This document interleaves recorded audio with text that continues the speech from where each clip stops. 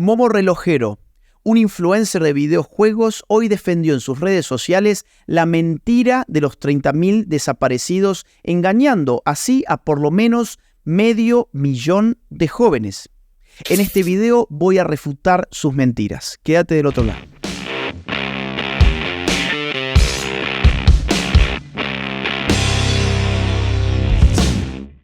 Probablemente uno de los momentos más épicos y cruciales del debate presidencial por las elecciones argentinas tuvo lugar cuando Javier Milei, en el bloque de los derechos humanos, tomó la palabra y dijo que los 30.000 desaparecidos eran una mentira. Vamos a escucharlo. Por otra parte, nosotros valoramos la visión de memoria, verdad y justicia. Empecemos por la verdad. No fueron 30.000 los desaparecidos, son 8.753. Por otra parte, estamos absolutamente en contra de una visión tuerta de la historia. Para nosotros, durante los 70 hubo una guerra. Y en esa guerra, las fuerzas del Estado cometieron excesos. Y por tener el monopolio de la violencia, le vale todo el peso de la ley. Pero también los terroristas de Montoneros, los terroristas del ELERP, mataron gente, asesinaron gente, torturaron gente, pusieron bombas, e hicieron un desastre y también cometieron delitos de lesa humanidad. Además, tampoco estamos de acuerdo con los curros de los derechos humanos, aquellos que usaron la ideología para ganar plata, para hacer negocios turbios, o no recuerdan algo así como sueños compartidos, o lo que es la propia Universidad de Madres Plaza de Mayo. Por lo tanto, ¿saben qué? Ustedes sigan discutiendo la historia, sigan tratando de discutir la historia, reescribirla. Nosotros venimos acá, ¿saben qué? Para gobernar, para una Argentina nueva, una Argentina distinta, que es imposible con los mismos de siempre. Y nosotros nos vamos a ocupar de aquellas personas que están bajo la línea de la pobreza, bajo de la línea de indigencia, del 60% de chicos que no pueden morfar. De eso nos vamos a ocupar nosotros. Si ese momento fue tan épico, eso se debió principalmente a que la prensa ensobrada estuvo días previos insistiendo con la idea de que tener que hablar sobre derechos humanos representaba un verdadero traspié para Javier Milei.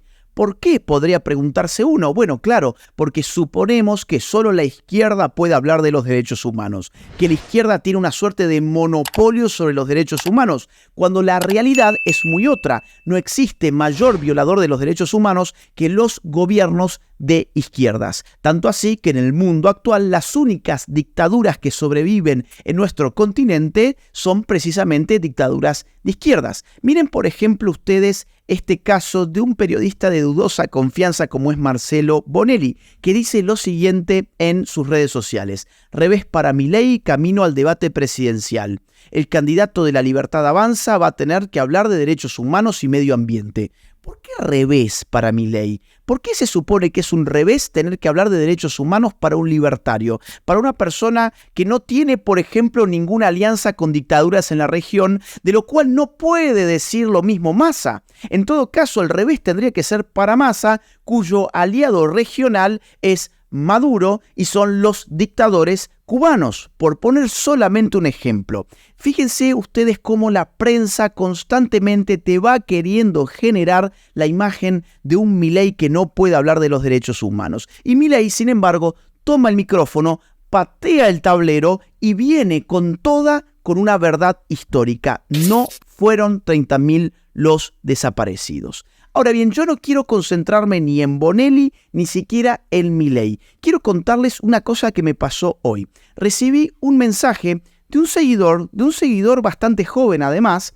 que me decía que estaba muy confundido porque había visto un posteo de un tal Momo Relojero. Yo no sabía muy bien quién era, pero este tal Momo Relojero estaba diciendo en sus redes sociales que Milei era un mentiroso, que en realidad sí habían 30.000 desaparecidos o incluso más, que solamente los negacionistas venían con esta tesis porque tenían intenciones maquiavélicas. Bueno, no sé bien por qué, pero me tomé el trabajo de buscar a este tal Momo Relojero y me di con algunas cosas muy interesantes. En primer lugar, que este Momo Relojero parece ser un influencer de redes sociales que se dedica a digamos así, jugar videojuegos y retransmitirlos por internet, y que tiene muchísimos jóvenes que lo siguen. De hecho, en su cuenta de Twitter tiene más de 500.000. Me metí en su cuenta de Twitter, que ahora se llama X, como todos ustedes saben, y me di con el tweet en cuestión del cual me hablaba este seguidor. Y decía lo siguiente: fueron 30.000 o más. El método maquiavélico y nazi empleado en la dictadura justamente se basó siempre en no dejar rastros de los crímenes y atrocidades. ¿O se pensaron que iban a tirarlos de un avión y anotarlos con DNI? Basta de negacionismo. Bueno, cuando yo me di con este tweet, me dediqué a darle algunas respuestas. Finalmente hubo un intercambio muy poco fluido, como se da evidentemente en una plataforma como Twitter, donde uno tiene caracteres limitados, donde hay demasiado ruido de seguidores, likes, reposts y todo ese tipo de cosas. Entonces invité a Momo a este canal. Cuando lo invité al canal, él ya dejó de responderme, entonces por eso decidí hacer este video. Claro que ustedes pueden pensar, pero ¿por qué hacer un video para un tipo que se dedica a hablar de videojuegos? Bueno, precisamente porque se dedica a hablar de videojuegos, llega a cientos de miles de jóvenes que terminan siendo engañados por la opinión de una persona que no tiene ninguna preparación en la materia. Y miren, esto no es un ataque personal a Momo. Quizás este tal Momo sea una muy buena persona, quizás tenga muy buenas intenciones. Yo la verdad no lo sé porque no lo conozco y ni siquiera lo sigo. Me enteré de su existencia el día de hoy, pero lo que sí estoy seguro es que habla sin saber y termina generándole ignorancia a todos los seguidores que creen que porque él juega bien a videojuegos, sabe además sobre otros asuntos. No, Momo no sabe de lo que habla y te lo voy a probar en este video. Hacemos una breve pausa para dar un aviso comercial.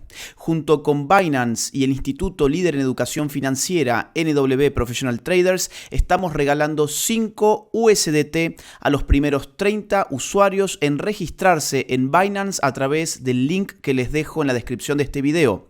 Sigan los pasos y con solo 2 minutos de su tiempo pueden ganarse 5 USDT. Miren, acá existe toda una generación que ha sido adoctrinada en términos históricos y a esa generación también pertenezco yo. Es la generación de aquellos que no hemos vivido la década del 70 y que sin embargo hemos recibido por parte de la escuela y por parte de los principales medios de comunicación una versión totalmente parcializada, deformada y fundamentalmente e interesadamente incompleta sobre nuestra historia reciente. A esa generación pertenezco yo y también pertenece Momo. La diferencia entre Momo y yo es que yo he dedicado más de 4 años de mi vida a investigar la década del 70 precisamente porque me di cuenta que me estaban engañando y no quería ser engañado. A esos efectos hice muchas cosas. Recorrí bibliotecas, consulté hemerotecas, o sea, archivos periodísticos. Pude obtener los archivos del Congreso de la República Argentina para saber qué estaban diciendo los legisladores en ese preciso momento. Pude entrevistarme con militares y también con guerrilleros. De hecho, el prólogo de mi primer libro lo hace tanto un militar como un guerrillero. Consulté más de 150 libros al respecto y finalmente en el año 2011 publiqué este libro. Este es mi primer libro, Los mitos setentistas, mentiras fundamentales sobre la década del 70. Un libro que tiene más de 700 citas al pie de página y una bibliografía relativamente abultada. Para esto tuve que dedicar más de 4 años de mi vida siendo realmente muy joven. Acababa de salir del colegio. Entonces, ¿desde dónde te voy a hablar a vos? Te voy a hablar desde el lugar de un joven que no ha vivido los años 70, pero que se ha dedicado a estudiarlos. Que cuando ve la publicación de un tal Momo que se dedica a jugar videojuegos y que influye a 500.000 de jóvenes, la verdad te da bronca, porque decís, este tipo está engañando a sus seguidores. Entonces, espero que este video te sirva de algo, porque te voy a dar muchos datos. Miren, en el año 1983, vuelve la democracia a la República Argentina y el flamante gobierno de Raúl Alfonsín, crea la CONADEP. CONADEP es una sigla que significa Comisión Nacional sobre la Desaparición de Personas. Esto se creó puntualmente el 15 de diciembre de 1983 a través del decreto 187. ¿A qué se dedicaba la CONADEP? A investigar precisamente cuántos habían sido los desaparecidos en la República Argentina durante los últimos años, o sea, tanto durante el gobierno militar como durante el gobierno peronista anterior al 24 de marzo de 1976. Fíjense ustedes que se intentó de todas maneras que las familias llevaran las denuncias al Estado. Por ejemplo, en determinado momento se va a legislar la ley 24.411, a través de la cual se indemniza con mucho dinero a los familiares. Estamos hablando de más de $200.000 aquellos familiares que llevarán la denuncia de un familiar desaparecido. Bien, o sea, digamos así, el Estado buscó todas las medidas para garantizar la seguridad, pero al mismo tiempo una reparación económica para los familiares de los desaparecidos, de modo que se pudiera conseguir un listado completo sobre la situación de Marras. Así las cosas, se terminó publicando toda la investigación de CONADEP en un libro muy conocido de la época titulado Nunca Más. Ese libro contabilizó entonces 8.961 desaparecidos. Como ustedes ven, ni siquiera llega a un tercio de los supuestos 30.000 desaparecidos. Esos 30.000 desaparecidos que hoy todos estamos obligados a repetir cuando no hay ningún tipo de documento que respalde esa cifra. Por más que le pese a Momo y por más que Momo diga que somos negacionistas los que no nos plegamos a esa mentira. Ahora bien, fíjense ustedes que ahí no queda la cosa. Solo 4.905 de esos 8.961 llevaban datos personales suficientes. El resto tenía muy poquitos datos, incluso muchos de ellos eran apenas sobrenombres o apodos. Miren, además, lo que empezó a ocurrir andando el tiempo. Se empezó a descubrir que muchos de esos nombres, además, empezaban a reaparecer. Por ejemplo, les voy a leer algo que yo cito aquí en el libro, habiendo hecho la investigación de este listado. Nombres de personas muy conocidas que terminaron incluso ocupando puestos públicos. Por ejemplo, la doctora Carmen Argibay estaba en este listado. Recordemos, la doctora Carmen Argibay fue nada menos que una de las juezas de la Corte Suprema de Justicia de la Nación durante los tiempos de Néstor Kirchner y sin embargo estaba en el listado de la CONADEP. O por ejemplo el doctor Esteban Justorrigui, ¿sí?, que fue Procurador General de la Nación también durante épocas del kirchnerismo y sin embargo también estaba en el listado de la CONADEP.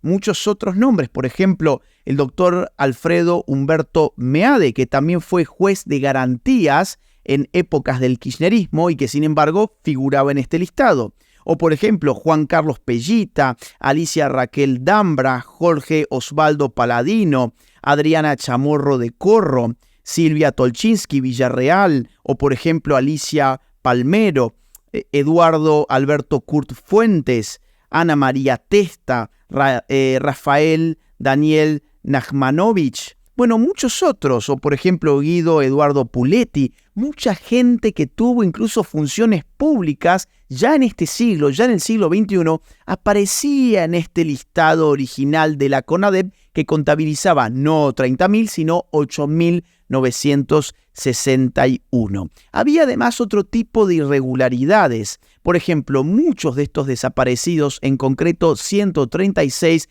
reaparecieron con ocasión del terremoto que tuvo lugar en México en el año 1985. Cuando se hizo un raconto de las víctimas argentinas, aparecieron 136 nombres de argentinos que estaban viviendo en México y que sin embargo eran parte también del listado de CONADEP. Ya en tiempos de Kirchner, por lo tanto, y en vistas de tantas irregularidades, el listado fue revisado nada menos que por la Secretaría de los Derechos Humanos, que en ese momento, como ustedes sabrán, estaba siendo dirigida por Eduardo Luis Duhalde y por Rodolfo Matarolo, dos personas además muy comprometidas con las izquierdas e incluso comprometidas a nivel militante con las organizaciones armadas de los años 70. Esta gente hace toda una depuración de este listado y en lugar de ampliarlo hacia 30.000, lo reducen. O sea, pasa de 8.961 casos a 7.089. O sea, prácticamente 2.000 casos menos, prácticamente. Ahora bien, en lo que corresponde al periodo del proceso militar, el número baja todavía más, baja a 6.447. El resto son desaparecidos que le corresponde al periodo peronista inmediatamente anterior al 24 de marzo de 1976. O sea, ¿cuál es el dato con el cual hoy contamos a través de la depuración que hizo el gobierno kirchnerista a principios de este siglo? Ese dato no es 30.000, es 6.447. Guste o no guste, ese es el dato que hoy se maneja. Aún así, dentro de estos números también habían irregularidades que yo consigno precisamente en el libro Los mitos setentistas. A ver, te voy a poner algún ejemplo para no aburrir. No voy a ir con demasiados ejemplos, sino con algunos casos puntuales. Fernando Aymal. ¿Quién fue Fernando Aymal? Fernando Aymal fue un militante montonero, o sea, un guerrillero que terminó siendo fusilado por sus propios compañeros después de habérsele practicado un juicio revolucionario. Lo encontraron culpable de traición y lo terminaron fusilando. ¿Dónde se consigna esto? Se consigna nada menos que en Evita Montonera, o sea, uno de los principales órganos de la prensa montonera, concretamente en el número 8 de esta tirada, en la página 21. O sea, Fernando Aymal termina siendo fusilado por sus compañeros y, sin embargo, hoy engrosa el número de los 6.447 desaparecidos que maneja el gobierno actualmente. Otros casos interesantes, también muy irregulares, son de guerrilleros que se quitaron la vida utilizando la pastilla de cianuro. No sé si ustedes saben, pero la guerrilla en Argentina tenía instrucciones de que si un guerrillero resultaba atrapado por las fuerzas de seguridad o por las fuerzas armadas, ese guerrillero tenía que ingerir de inmediato una pastilla de cianuro para terminar con su vida y no delatar a nadie. Bueno, hay ciertos nombres dentro de los desaparecidos según este último listado que sin embargo se sabe que se terminaron quitando la vida con cianuro. Por ejemplo, Francisco Paco Urondo, el poeta guerrillero, ¿sí? O por ejemplo Carlos Andrés Goldenberg o por ejemplo Alberto Molinas Benussi. Estos tres casos, por solo citar tres, no fueron desaparecidos, sino que terminaron con su propia vida ingiriendo cianuro. También hay otros casos irregulares muy interesantes porque se trata de guerrilleros que murieron en el marco de un enfrentamiento armado tratando de atacar unidades militares. Por ejemplo, en el año 1975 se atacó el regimiento de Monte 29 en Formosa, donde hubo muchas bajas, tanto de parte de las Fuerzas Armadas como de la guerrilla. Bueno, hoy hay guerrilleros que engrosan los listados de los desaparecidos. O por ejemplo, también guerrilleros que atacaron en Monte Chingolo. En Monte Chingolo, cerca de la Navidad de aquel año, también fueron a atacar la guerrilla a esa unidad militar y varias bajas de la guerrilla hoy aparecen engrosando estos listados de desaparecidos que sin embargo ni siquiera se aproximan a 30.000, sino que aquellos que le corresponde al proceso militar son 6.447. Miren, podríamos querer buscar otros tipos de fuentes, porque podrían decirme, bueno, pero ¿por qué me tengo que atener a las fuentes del Estado argentino? Quiero otro tipo de fuentes. Las ha habido también y son incluso menores. Por ejemplo, la Asamblea Permanente de los Derechos Humanos en la década del 80 hablaba de 6.000 casos de desaparecidos en Argentina. Amnistía Internacional hablaba de 4.000 casos de desaparecidos en Argentina. En la OEA se hablaba de 5.000 casos y la Corte Interamericana de los Derechos Humanos recogió por entonces 5.580 denuncias. También podemos escuchar otro tipo de voces. Si quieren ustedes, por ejemplo, nada menos que Graciela Fernández Meijide, que fue una de las integrantes de CONADEP y que a su hijo también era guerrillero y terminó, digamos, siendo desaparecido. Por eso Graciela Fernández Meijide va a integrar la CONADEP. Bueno, la propia Fernández Meijide ha hablado de 7.954 casos. Y ella se ha preguntado públicamente en la prensa lo siguiente, la voy a citar. Ella ha dicho lo siguiente: ¿con qué derecho se habla de 30.000 desaparecidos cuando había un conteo de 9.000? Se está refiriendo al primer conteo de CONADEP. ¿Recuerdan ustedes? El conteo de 8.961 casos. Sigue diciendo así Fernández Meijide, porque es un símbolo. Están los mitos, pero quien hace historia tiene responsabilidad política. Debe decir la verdad. Yo no admito que haya dos números de desaparecidos. No. Uno fue una necesidad al principio, cuando se quería llegar a los organismos internacionales y la única figura era el genocidio. Y para poder arguir que había un genocidio, se inventó el número 30.000.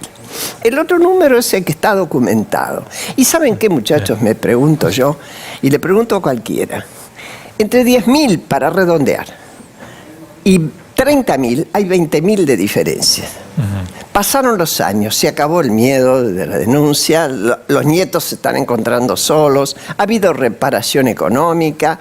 ¿Me van a decir que hay 20.000 familias en la Argentina que no han denunciado la desaparición de un miembro? Habría que preguntarle a Momo si considera que Fernández Meijide es una negacionista. Ella, que tiene un hijo desaparecido, que además integró nada menos que la CONADEP. ¿Ella acaso será también negacionista por reconocer los números que arroja la investigación histórica? ¿O ella también está obligada, según Momo, a tener que repetir la falacia, a repetir la mentira de los 30.000 desaparecidos? Miren, demos un paso más allá. Recuerden ustedes que yo les mencioné sobre la ley 24411, que es una ley destinada a indemnizar a los familiares de desaparecidos. O sea, básicamente te van a dar mucho dinero si vas al Estado y haces una denuncia de que uno de tus familiares fue desaparecido. El monto en el año 2010 era de 610.919 pesos. Recuerdan ustedes que el dólar por entonces estaba alrededor de 3 pesos, con lo cual estamos hablando de más de 200.000 dólares que les daban a los familiares de los desaparecidos. Aún así, en el registro de fallecidos de la ley 24411, que por su sigla es REDEFA, encontramos aproximadamente 7.500 casos. ¿Se puede seguir pensando, como hace Momo, que quizás los familiares están tan aterrorizados que no quieren hacer una denuncia de algo que pasó en la década del 70 y que hoy te puede dejar en el bolsillo 200.000 dólares? Es decir, hay 23.000 familias que no están animándose a denunciar en el año 2023 algo que pasó en los años 70, recibiendo semejante beneficio del Estado. ¿Realmente podemos creer eso? ¿O es más lógico creer que el número 30.000 ha sido una burda mentira? Bueno, miren, ya no hay mucha discusión sobre esto. Un guerrillero muy importante, llamado Luis Labraña, ya ha desmitificado este asunto de manera pública. Él ha sido parte de las reuniones en Europa donde definieron los guerrilleros que iban a inventarse el número 30.000 desaparecidos para conseguir apoyo económico internacional. El número 6.000 no era un número que le permitiera juntar fondos a nivel internacional. Tenían que presentar algo gigantesco y el número que les apareció como idea fue 30.000. Esto lo dijo un guerrillero, Luis Labraña, que formó parte de esas reuniones. ¿Acaso este tal Momo va a considerar que Luis Labraña también es un negacionista? Miren, no hay muchas más vueltas que darle. Milei ha tenido el coraje en el debate de decir la verdad. No son 30.000 los desaparecidos. No es negacionismo decir la verdad. Aquí hay que respetar la verdad histórica. Todo lo demás es propaganda política. Así que cierro este video de esta manera. Si sos seguidor de Momo, seguilo, porque juega bien a los videojuegos, pero de historia no sabe nada. No le creas una sola palabra. Mirá cómo juega videojuegos, el resto no le des mayor importancia. No quiero que cierres este video sin antes contarte que mi más reciente libro, titulado Generación Idiota, ya se encuentra disponible en las más importantes librerías de toda América y de España también. Además, podés encontrarlo a través de Amazon en el link que te dejo en la descripción de este video. Mi trabajo se financia única y exclusivamente a partir de las donaciones libres y voluntarias de aquellos que valoran mi trabajo. Si quisieras colaborar económicamente conmigo, te invito a hacerlo uniéndote en mi comunidad de Patreon, siguiendo el link que se encuentra en la descripción de este video, o bien uniéndote a la comunidad de YouTube haciendo clic en el botón Unirse. Si no pudieras colaborar económicamente, no te preocupes, hay muchas otras formas de ayudar. Por ejemplo, difundiendo este video, poniéndole like, dejando tu comentario, suscribiéndote a este canal y activando la campanita.